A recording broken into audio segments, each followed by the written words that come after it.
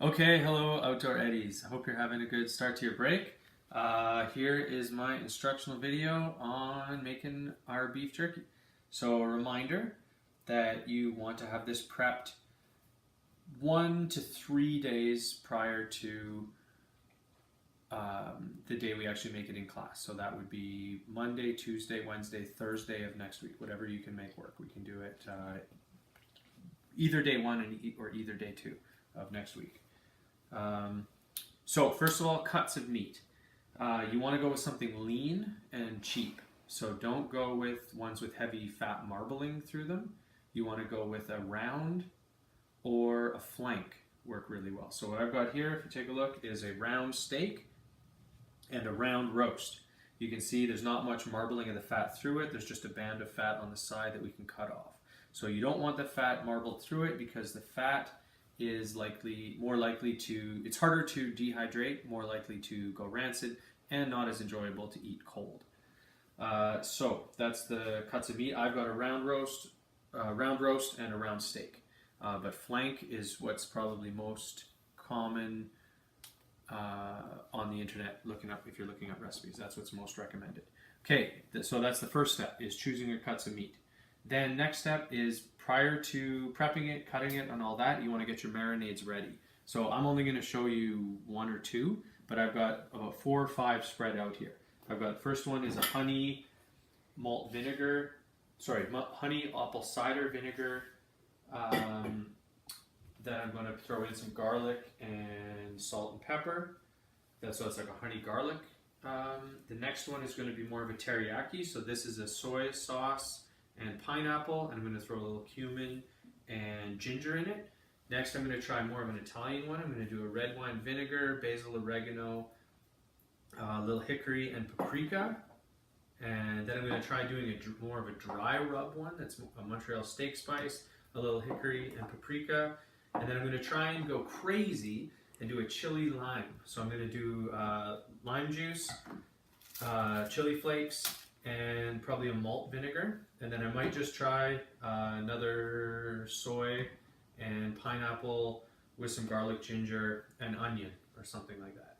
So anyways, lots of ideas for marinades. I've got an article and a bunch of recipes I'm going to post on Edmodo that will give you lots of ideas.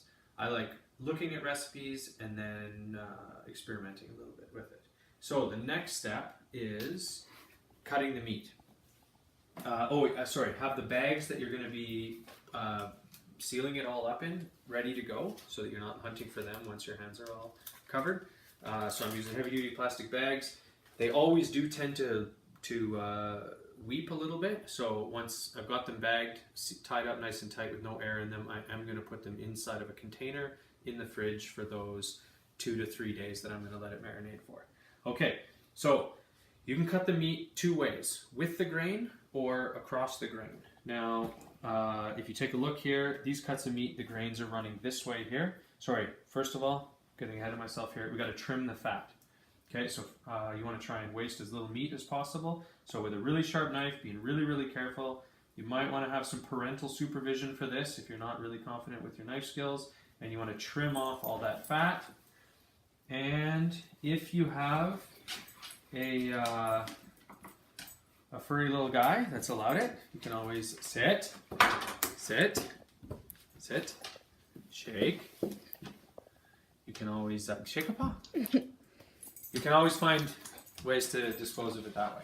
Okay, so trim off any little bits of excess fat that you can, feed it to the dog, and then I'm going to show you both ways. Now, if you cut with the grain, you tend to get the longer, chewier strands of jerky. If you cut across the grain, so going this way, you get the ones that break apart a little bit easier, but they tend to be a bit more brittle and crispy. I like going with the grain more, but I'm going to do some of each.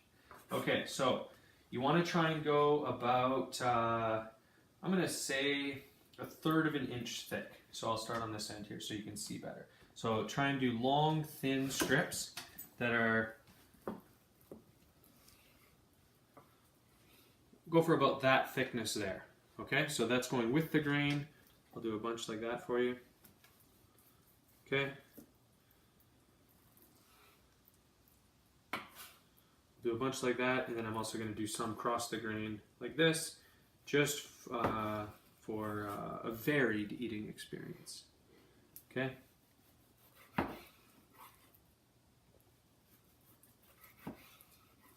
Don't go any thicker than that, or else they can take a really long time and a little bit harder to get all that moisture out. Now, going back to the marinades as I'm cutting up here, a lot of the marinades recommend going really heavy on the salt. I don't think that's necessary because we aren't going to be leaving these out for long periods of time. Even though our trip is in January, we're going to store them in the freezer. So we don't really need to worry about curing them in the sense of really using a lot of salt. We'll store them in the freezer so we don't need to worry about them going bad. I like to try and cut back on the salt and sugar as much as possible.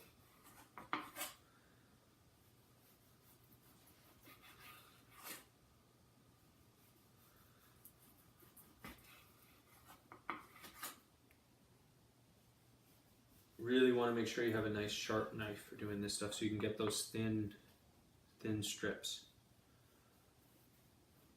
And if you have some smaller pieces, some thicker pieces, that's okay too. This one's just going to end up a little bit crispier, whereas these thicker ones are going to be a little bit chewier. Okay, so there's my first batch. This one is going to be the honey garlic. So I am going to, I'll throw all this in the bag here.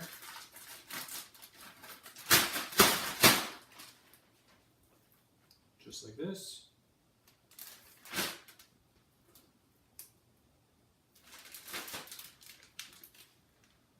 Then I'll pour in the liquid. Try not to might cut out a few little parts here, that's okay.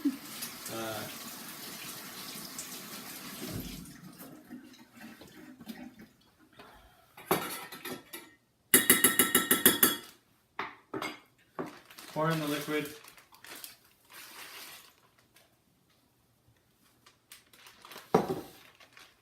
Throw in a handful of garlic.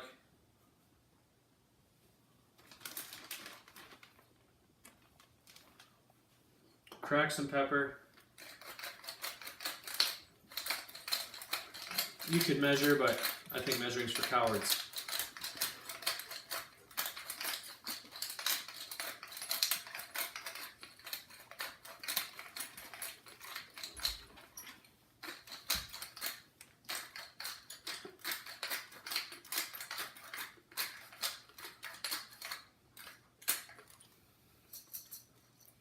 And since none of these ingredients have salt in them, I'm going to add a pinch of salt into this one. That was way more than a pinch. I'm going to add 2 pinches of salt to this one. And but if I was using the soy sauce or an ingredient that was heavy on salt already, or like the Montreal steak spice, I probably wouldn't add any salt, even if the recipe called for it. Then I'm going to mix that all up with my hands through the bag like this.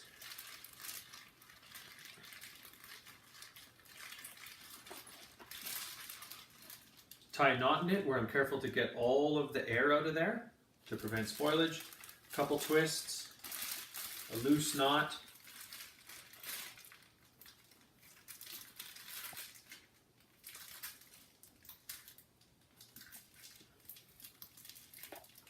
And that's going in the container that's going to hold all my different marinades, all my different experiments in the fridge so that when it leaks, when these bags seep a little bit, it doesn't make a mess in the fridge. Another important thing, if you are going to try doing multiple marinades, label the bag so that you know which ones are which. And then we'll sort that out when we rack it in the dehydrator so we know which ones are which. Okay? So I'm going to label that one honey garlic. Okay, do you want to cut?